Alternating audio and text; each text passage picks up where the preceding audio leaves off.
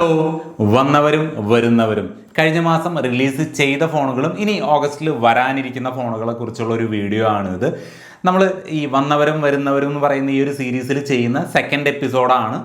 So നിങ്ങൾക്ക് ഇത്തരത്തിലുള്ള tech related videos ഇഷ്ടമാണെന്നുണ്ടെങ്കിൽ തീർച്ചയായിട്ടും ചാനലൊന്ന് സബ്സ്ക്രൈബ് ചെയ്യുക. എന്തെങ്കിലും അഭിപ്രായങ്ങളുണ്ടെങ്കിൽ കമൻ്റായിട്ടോ അല്ലെങ്കിൽ ഇൻസ്റ്റാഗ്രാമിലോ മെസ്സേജായിട്ട് അയക്കാം.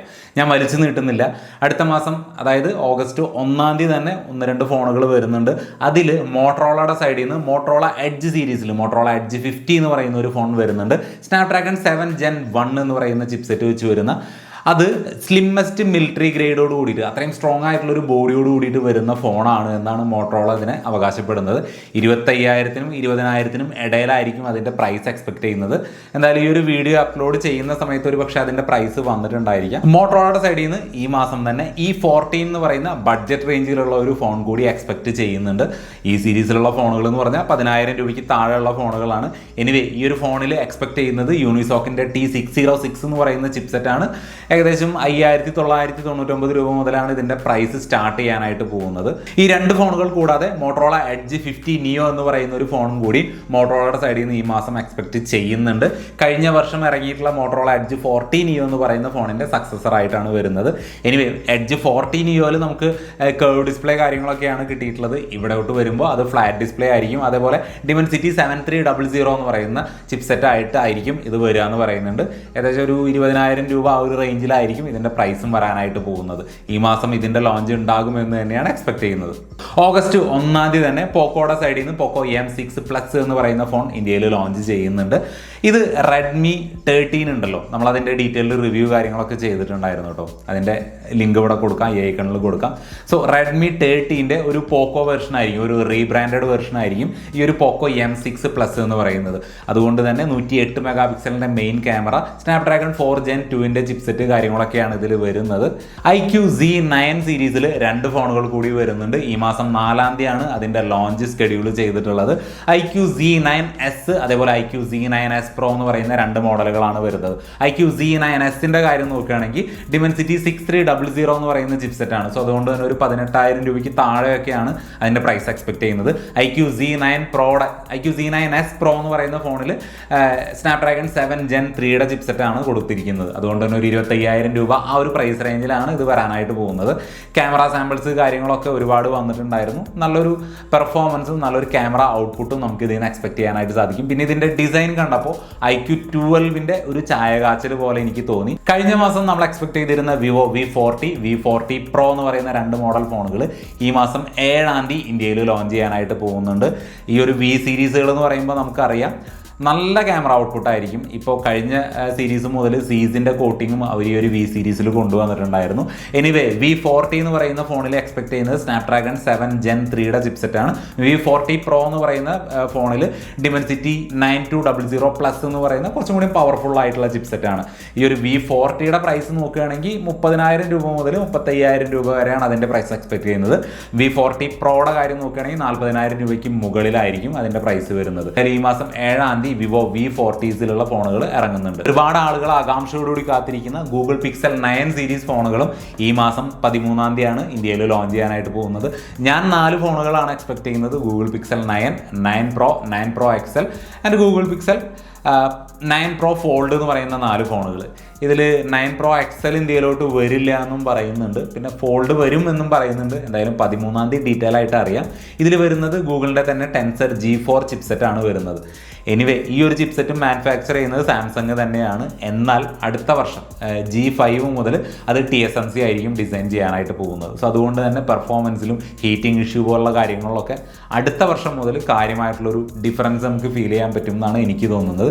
എനിവേ ഇതിൻ്റെ ഒരു പ്രൈസ് എക്സ്പെക്ട് ചെയ്യുന്നത് 75,000 രൂപ മുതൽ. അതായത് ഗൂഗിൾ പിക്സൽ 9 ഉണ്ടല്ലോ ബേസ് വേരിയൻറ്റ്, അതിന് 75,000 രൂപ, 9 Proക്ക് 1,00,000 രൂപ, 9 Pro XLന് 1,30,000 രൂപ, അതേപോലെ ഫോൾഡ് ഫോണിന് 2,00,000 രൂപ. അങ്ങനെയൊക്കെയാണ് ഇതിൻ്റെ പ്രൈസ് എക്സ്പെക്ട് ചെയ്യുന്നത്. ഹോണർ മാജിക് 6 Pro എന്ന് പറയുന്ന ഫോൺ ഈ മാസം 2 ഇന്ത്യയിൽ ലോഞ്ച് ചെയ്യുന്നുണ്ട്.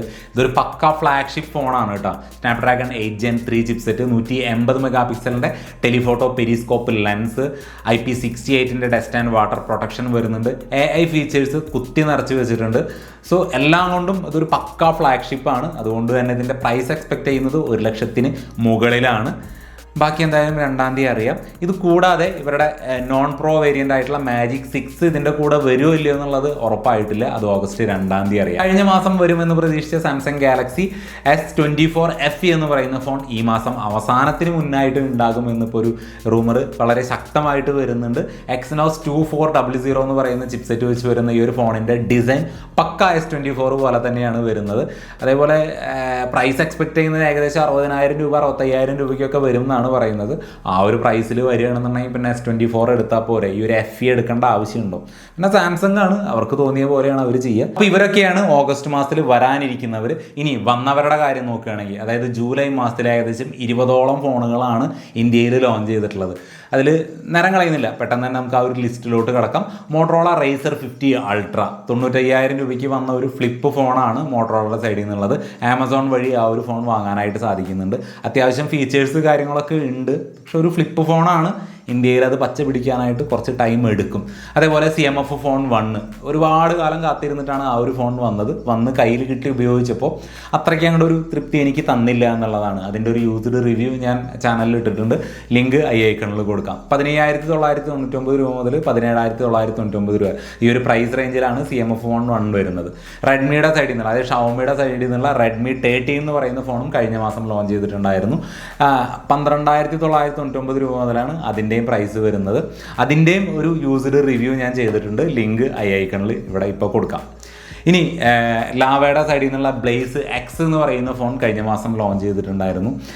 അധികം ഒന്നും കണ്ടില്ല കേട്ടോ, അധികം റിവ്യൂസ് കാര്യങ്ങളൊന്നും അതിനെക്കുറിച്ചുള്ള വീഡിയോസ് കാര്യങ്ങളൊന്നും കണ്ടില്ല. 14,999 രൂപയ്ക്കാണ് ആ ഒരു ഫോൺ വന്നത്. അതിൻ്റെ ഫോട്ടോസ് കാര്യങ്ങളൊക്കെ കണ്ടപ്പോൾ അതിൻ്റെ ഡിസൈൻ ഭയങ്കരമായിട്ട് എനിക്ക് ഇഷ്ടപ്പെട്ടു. എന്തായാലും ലാവ Blaze X എന്ന് പറയുന്ന ഫോൺ കഴിഞ്ഞ മാസം ലോഞ്ച് ചെയ്തിട്ടുണ്ട്. പിന്നെ കഴിഞ്ഞ മാസത്തെ കൊമ്പന്മാർ സാംസങ് ഗാലക്സി ഫോൾഡ് ഫ്ലിപ്പ്. ഫോൾഡിൻ്റെ പ്രൈസ് 1,70,70,000 രൂപ, ഫ്ലിപ്പിൻ്റെ പ്രൈസ് 1,10,000 രൂപ. ഞാൻ കൂടുതൽ പറയണ്ടല്ലോ, ആ രണ്ട് ഫോണുകളും കഴിഞ്ഞ മാസമാണ് ഇന്ത്യയിൽ ലോഞ്ച് ചെയ്തത്. കഴിഞ്ഞ മാസം 20,000 രൂപയ്ക്ക് താഴെ നല്ലൊരു കിഡിലൻ ഫോൺ എക്സ്പീരിയൻസ് ചെയ്യാനായിട്ട് സാധിച്ചു. മോട്ടറോളയുടെ സൈഡിൽ നിന്നുള്ള മോട്ടറോള G85 എന്ന് പറയുന്ന ഫോണാണ്. ഓക്കെ, നല്ല കിഡിലൻ ഡിസ്പ്ലേ, നല്ല ബാറ്ററി ലൈഫ്, നല്ല ക്യാമറ, അത്യാവശ്യം എല്ലാം കൊണ്ടും കൊള്ളാവുന്ന ഒരു ഓൾറൗണ്ടർ ഫോണായിട്ടാണ് എനിക്ക് തോന്നിയത്. സോ നിങ്ങളുടെ ബഡ്ജറ്റ് 20,000 രൂപയ്ക്ക് താഴെയാണെങ്കിൽ ഈ ഒരു G85 എന്ന് പറയുന്ന ഫോൺ കൂടി ഒന്ന് കൺസിഡർ ചെയ്യുക. ഓപ്പോയുടെ സൈഡിൽ നിന്ന് 3 ഫോണുകളാണ് കഴിഞ്ഞ മാസം ഇന്ത്യയിൽ ലോഞ്ച് ചെയ്തിട്ടുള്ളത്. റെനോ സീരീസിൽ റെനോ 12 ആൻഡ് 12 Pro എന്ന് പറയുന്ന 2 മോഡലുകളും K12X എന്ന് പറയുന്ന മറ്റൊരു മോഡലും. ഇതിൽ ഈ ഒരു K12X എന്ന് പറയുന്നത് കാണാനായിട്ട് എക്സാക്ട്ലി നമ്മളുടെ OnePlusന്റെ നോഡ് CE4 ലൈറ്റ് ഉണ്ടല്ലോ, അതിൻ്റെ ഒരു ഡിസൈനായിട്ടാണ് വരുന്നത്. ഇനി ഈ ഒരു K12Xന്റെ പ്രൈസ് വരുന്നത് 15,999 രൂപ. റെനോ 12ന്റെ പ്രൈസ് 32,999 രൂപ. റെനോ 12 Pro എന്ന് പറയുന്ന മോഡലിന് 36,999 രൂപ. ഇങ്ങനെയാണ് ഈ ഒരു ഫോണുകളുടെ പ്രൈസ് തുടങ്ങുന്നത്. ടെക്നോയുടെ സൈഡിൽ നിന്ന് സ്പാർക്ക് 20 Pro എന്ന് പറയുന്ന ഫോൺ കഴിഞ്ഞ മാസം ഇന്ത്യയിൽ ലോഞ്ച് ചെയ്തിട്ടുണ്ട്. ഇതിൻ്റെ ഒരു പ്രൈസ് സ്റ്റാർട്ട് ചെയ്യുന്നത് 13,999 രൂപയ്ക്കാണ്. എനിവേ ടെക്നോ ഫോണുകൾ ഇതുവരെ ഇന്ത്യയിൽ കാര്യമായിട്ട് അത്രയ്ക്ക് അങ്ങോട്ട് പച്ച പിടിച്ചിട്ടില്ല. അത്യാവശ്യം നല്ല ഫോണുകളാണ് എന്ന് പറയുന്നുണ്ട്. എന്തായാലും ടെക്നോയുടെ സൈഡിൽ നിന്ന് സ്പാർക്ക് 20 Pro എന്ന് പറയുന്ന ഫോൺ കഴിഞ്ഞ മാസം വന്നിട്ടുണ്ട്. iQന്റെ സൈഡിൽ നിന്നുള്ള ഏറ്റവും വില കുറഞ്ഞിട്ടുള്ള 5G ഫോണായിട്ടുള്ള iQ Z9 Lite കഴിഞ്ഞ മാസം തന്നെയാണ് ഇന്ത്യയിൽ ലോഞ്ച് ചെയ്തിട്ടുള്ളത്. അതിൻ്റെ ഒരു പ്രൈസ് വരുന്നത് 10,500 രൂപയ്ക്കാണ്. കാർഡ് ഓഫറോ അല്ലെങ്കിൽ എന്തെങ്കിലും കൂപ്പൺ ഓഫറോ ഒക്കെ ആയിട്ട് 500 രൂപയുടെ ഡിസ്കൗണ്ട് എല്ലാ സമയത്തും കിട്ടാറുണ്ട്. സോ 9,999 രൂപയ്ക്കാണ് നോർമലി iQ Z9 Lite എന്ന് പറയുന്ന ഫോൺ വിൽക്കുന്നത്. OnePlusന്റെ മെറ്റൽ ഫോണായിട്ടുള്ള നോഡ് 4 അത് കഴിഞ്ഞ മാസം ലോഞ്ച് ചെയ്തിട്ടുണ്ട്. അവിടെ ഒരു കോമഡി എന്താണെന്നറിയോ, അവരുടെ ബേസ് വേരിയൻറ്റ് വില വരുന്നത്, അതായത് 128 GB വേരിയൻറ്റ് വില വരുന്നത് 29,999 രൂപ. അവർ ആഡിലും കാര്യങ്ങളൊക്കെ മാർക്കറ്റ് ചെയ്യുന്നതൊക്കെ പ്രൈസ് സ്റ്റാർട്ട്സ് ഫ്രം 29,999 രൂപ എന്നാണ് കാണിച്ചിരിക്കുന്നത്. പക്ഷെ ആ ഒരു വേരിയൻറ്റ് വാങ്ങാനായിട്ട് നോക്കിക്കഴിഞ്ഞാൽ അങ്ങനെ ഒരു സംഭവമേ ഉണ്ടായിരിക്കില്ല. 256 GB വേരിയൻ്റ് ആയിരിക്കും ഉണ്ടായിരിക്കുക. അതിനാണെന്നുണ്ടെങ്കിൽ 32,999 പ്രൈസ് സ്റ്റാർട്ട് ചെയ്യുന്നത്. എന്തിനാണ് OnePlus ഇങ്ങനെ ഞങ്ങളൊക്കെ പറ്റിക്കുന്നത്? എനിവേ OnePlusന്റെ സൈഡിൽ നിന്ന് നോഡ് 4 എന്ന് പറയുന്ന ഫോൺ ലോഞ്ച് ചെയ്തിട്ടുണ്ട്. സാംസങ്ങിൻ്റെ സൈഡിൽ നിന്ന് സാംസങ് ഗാലക്സി M35 എന്ന് പറയുന്ന ഫോൺ കഴിഞ്ഞ മാസം ലോഞ്ച് ചെയ്തിട്ടുണ്ട്. ഞാൻ ആ ഒരു ഫോൺ പർച്ചേസ് ചെയ്തിട്ടുണ്ട്. അതിൻ്റെ ഒരു ഡീറ്റെയിൽഡ് റിവ്യൂ വരും ദിവസങ്ങളിൽ അപ്ലോഡ് ചെയ്യാം. ഇനി ഈ ഒരു ഫോണിൻ്റെ പ്രൈസ് സ്റ്റാർട്ട് ചെയ്യുന്നത് 19,999 രൂപയ്ക്കാണ്. കാർഡ് ഓഫറോ കൂപ്പൺ ഓഫറോ ഒക്കെ കഴിഞ്ഞിട്ട് 18,000 രൂപ 17,999 കിട്ടാനായിട്ട് പോകുന്നുണ്ട്. ഹോണർ 200 സീരീസിൽ 2 ഫോണുകൾ കഴിഞ്ഞ മാസം ഇന്ത്യയിൽ ലോഞ്ച് ചെയ്തിട്ടുണ്ട്. നല്ല ഓവർ പ്രൈസ് ആയിട്ടാണ് ആ ഒരു ഫോണുകൾ വന്നിട്ടുള്ളത്. കേട്ടിട്ടുള്ളൂ. ഒരിക്കലും അതിനെക്കുറിച്ച് അതുകൊണ്ട് തന്നെ പറഞ്ഞും കേൾക്കാനില്ല. ഇനി സ്നാപ്ഡ്രാഗൺ 7 Gen 3 എന്ന് പറയുന്ന ചിപ്സെറ്റ് വെച്ച് വരുന്ന ഹോണർ 200-ന് 39,999 രൂപ. ഇതിന് ഓഫർ കാര്യങ്ങളൊക്കെ ഉണ്ട് കേട്ടോ. ഒരു 35-34 രൂപയ്ക്ക് കിട്ടാൻ ചിലപ്പോൾ ചാൻസ് ഉണ്ട്. ഇനി 8S Gen 3 എന്ന് പറയുന്ന ചിപ്സെറ്റ് വെച്ച് വരുന്ന ഹോണർ 200 Pro എന്ന് പറയുന്ന മോഡലിന് 59,999 രൂപ. അവിടെ തന്നെ ഇരുന്നോട്ടെ. HMD എന്നുള്ള ബ്രാൻഡിങ്ങിൽ ആദ്യമായിട്ട് അവർ ഇന്ത്യയിൽ ഒരു ഫോൺ പുറത്തിറക്കിയിട്ടുണ്ട്. HMD ക്രസ്റ്റ് എന്ന് പേരിട്ടിരിക്കുന്ന ഫോണിന് 14,999 രൂപയാണ് പ്രൈസ് വരുന്നത്. ആമസോണിൽ ഫ്ലിപ്കാർട്ടിലൊന്നും അതിൻ്റെ ഡീറ്റെയിൽ കാര്യങ്ങളൊന്നും കണ്ടിട്ടില്ല കേട്ടോ. പക്ഷേ HMD ഇന്ത്യ എന്ന് പറയുന്ന അവരുടെ ഒഫീഷ്യൽ വെബ്സൈറ്റിൽ നോക്കിക്കഴിഞ്ഞാൽ അതിൻ്റെ കമ്മിങ് സൂണോ അല്ലെങ്കിൽ പ്രൈസ് കാര്യങ്ങളൊക്കെ ഇങ്ങനെ കാണിക്കുന്നുണ്ട്. സോ HMDയുടെ സൈഡിൽ നിന്ന് HMD ക്രസ്റ്റ് കഴിഞ്ഞ മാസം ഇന്ത്യയിൽ ലോഞ്ച് ചെയ്തിട്ടുണ്ട്. കഴിഞ്ഞ മാസം 30-ാം തീയതി റിയൽമിയുടെ സൈഡിൽ നിന്ന് Realme 13 Pro and Pro Plus എന്ന് പറയുന്ന 2 മോഡൽ ഫോണുകൾ വന്നിട്ടുണ്ട്. ഇതിൽ റിയൽമി 13 Pro Plus എന്ന് പറയുന്ന ഫോൺ ഞാൻ ഓർഡർ ചെയ്തിട്ടുണ്ട്. സോ വരും ദിവസങ്ങളിൽ അതിൻ്റെ ഡീറ്റെയിൽ കാര്യങ്ങളൊക്കെ ഷെയർ ചെയ്യാം. ഇനി റിയൽമി 13 Pro എന്ന് പറയുന്ന ഫോണിന് വില വരുന്നത് 26,999 രൂപ. റിയൽമി 13 Pro Plus എന്ന് പറയുന്ന ഫോണിൻ്റെ പ്രൈസ് സ്റ്റാർട്ട് ചെയ്യുന്നത് 32,999 രൂപ. ഇനി അവസാന ഫോൺ നത്തിങ്ങിൻ്റെ സൈഡിൽ നിന്നുള്ള നത്തിങ് ഫോൺ 2A Plus എന്ന് പറയുന്ന ഫോണാണ് വന്നിരിക്കുന്നത്. 27,999 രൂപയാണ് അതിൻ്റെ പ്രൈസ് വരുന്നത്. അതിൻ്റെ മുൻ വേരിയൻ്റ് ആയിട്ടുള്ള നത്തിങ് ഫോൺ 2A ആയിട്ട് പെർഫോമൻസിൽ കാര്യമായിട്ടുള്ളൊരു ഡിഫറൻസോ കാര്യങ്ങളോ ഒന്നും എനിക്ക് തോന്നിയില്ല. ഞാൻ 1-2 റിവ്യൂസ് കണ്ടപ്പോഴും അങ്ങനെ അതിൻ്റെ പെർഫോമൻസ് സ്കോറിലോ കാര്യങ്ങളോ ഒന്നും വലിയ വ്യത്യാസം വരുന്നില്ല. എനിവേ നത്തിങ് ഫോൺ 2A വരുന്നത് Dimensity 7200 Pro എന്ന് പറയുന്ന ചിപ്സെറ്റ് ആണെങ്കിൽ ഇവിടെ 7350 Pro എന്ന് പറയുന്ന ചിപ്സെറ്റാണ്. അതേപോലെ ഫ്രണ്ടിൽ നമുക്ക് 4K റെക്കോർഡ് ചെയ്യാനുള്ള ഓപ്ഷൻ കൊടുത്തിട്ടുണ്ട്. 50 മെഗാപിക്സലിൻ്റെ സെൻസറാണ് ഫ്രണ്ടിൽ കൊടുത്തിട്ടുള്ളത്. ഫാസ്റ്റ് ചാർജിങ് 50 വാട്ടായിട്ട് കുറച്ച് കൂട്ടിയിട്ടുമുണ്ട്. അതുമാത്രമാണ് ഈ ഒരു നത്തിങ് ഫോൺ 2A Plusൽ വരുന്നത്. പിന്നെ വിലയും കൂട്ടിയിട്ടുണ്ട്. എന്തായാലും അതിൻ്റെ സെയിൽ സ്റ്റാർട്ട് ചെയ്യുന്നത് ഓഗസ്റ്റ് 7-ാം തീയതി മുതലാണെന്നുള്ളതാണ് അറിയാനായിട്ട് സാധിച്ചത്. സോ ഇത്രയും ഫോണുകളാണ് കഴിഞ്ഞ മാസം ഇന്ത്യയിൽ ലോഞ്ച് ചെയ്തിട്ടുള്ളത്. ഞാൻ ഏതെങ്കിലും ഫോണുകൾ വിട്ടുപോയിട്ടുണ്ടെങ്കിൽ തീർച്ചയായിട്ടും അതൊന്ന് കമൻ്റായിട്ട് അറിയിക്കുക. വേറെ എന്താ, അപ്പോൾ ഇത്രയേ ഉള്ളൂ. ഞാൻ ഇനി വലിച്ചു നീട്ടുന്നില്ല. അടുത്തൊരു വീഡിയോയിൽ വീണ്ടും കാണാം. ചാനൽ സബ്സ്ക്രൈബ് ചെയ്യാനായിട്ട് ഒരു മടിയും കാണിക്കരുത്. Good bye.